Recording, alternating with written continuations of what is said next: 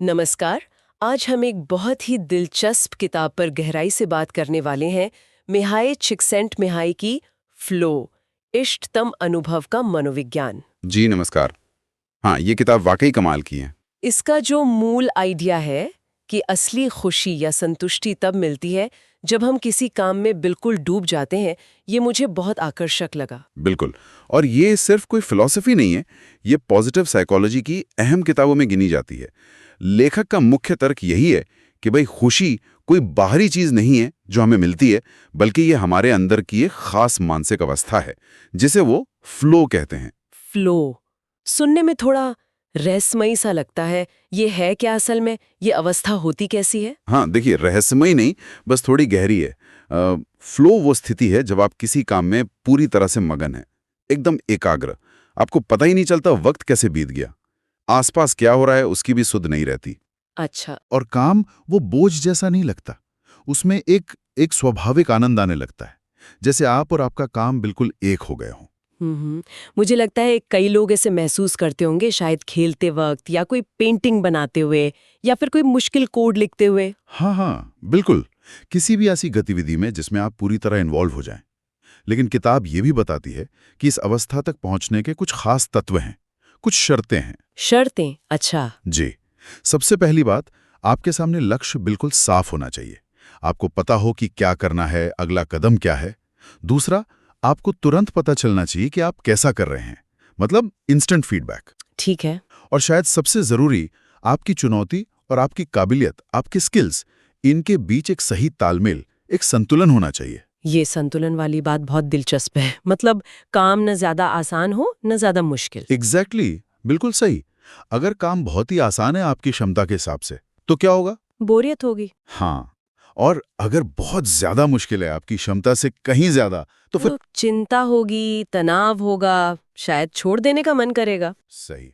तो flow in दोनों के बीच की वो मीठी जगह है, वो स्वीट स्पॉट, जहां चुनौती तो है, वो आपको खींचती है, लेकिन इतनी भी नहीं कि आप घबरा जाएं। वो आपकी स्किल्स को स्ट्रेच करती है। समझ गई। ये तो बिल्कुल वीडियो गेम्स जैसा लगता है। सही लेवल पर ही मजा आता है। क्या बात है, बिल्कुल सही उदाहरण है, वही बात है। तो फिर सवाल ये उठता है कि रोजमर्रा की जिंदगी में, अपने काम में हम ये फ्लो वाली स्थिति कैसे पैदा करें? इसके लिए कुछ तरीके भी बताए हैं किताब में। हाँ बिल्कुल बताएं। सबसे पहले तो कोशिश करें कि ऐसी एक्टिविटीज चुनें या उन्हें इस तरह से डिजाइन करें जहां ये चुनौती और कौशल का संतुलन बन सके। दूसरा, और ये आजकल बहुत जरूरी है, ध्यान भटकाने वाली चीजों को हटाना, अपना फोन साइलेंट पर रखना, नोटिफिकेशंस बंद करना, एक शांत जगह ढूंढना। हाँ, ये तो मुश्किल होता जा रहा है आजकल। मुश्किल तो है, लेकिन फ्लो के लिए जरूरी है। और तीसरा, जैसा पहले कहा, अपने लक्ष्य साफ रखें, क्या हासिल करना है उस पर फोकस। और चौथा, थोड़ा सब्र रखें। फ्लो एकदम से बटन दबाते ही नहीं आता, गहरी एकाग्रता बनाने में थोड़ा समय लगता है। मतलब ये सिर्फ काम निपटाने का तरीका नहीं, बल्कि इसका सीधा रिश्ता हमारी खुशी से है। हम तो अक्सर सोचते हैं खुशी पैसे से, तारीफ से, बाहरी चीजों से आती है। हाँ, और यहीं पर यह किताब एक बहुत गहरी बात कहती है।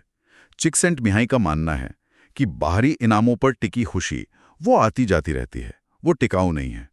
असली गहरी संतुष्टि और खुशी तब मिलती है जब हम किसी काम में इतने खो जाते हैं कि वो काम करना ही अपने आप में इनाम बन जाता है। वो अनुभव ही खुशी देता है। वाह। किताब में वो कहते भी हैं, फ्लो ही वो अवस्था है जहां व्यक्ति खुद को पूरी तरह जीवित महसूस करता है। ये तो बहुत पावरफुल विचार है।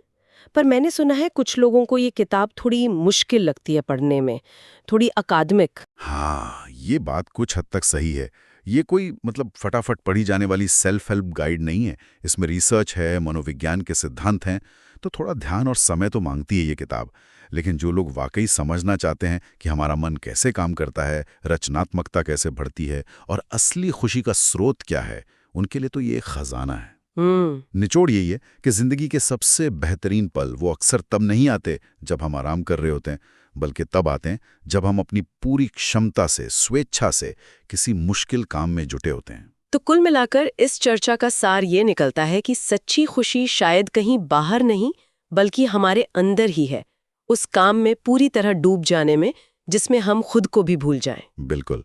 और ये हमें सोचने पर मजबूर करता है ना, क्या हम अपने रोज के छोटे बड़े कामों में, जैसे खाना बनाना हो या ऑफिस की कोई रिपोर्ट लिखनी हो या बच्चों के साथ खेलना हो, क्या हम उनमें जानबूझकर फ्लो के तत्व ला सकते हैं?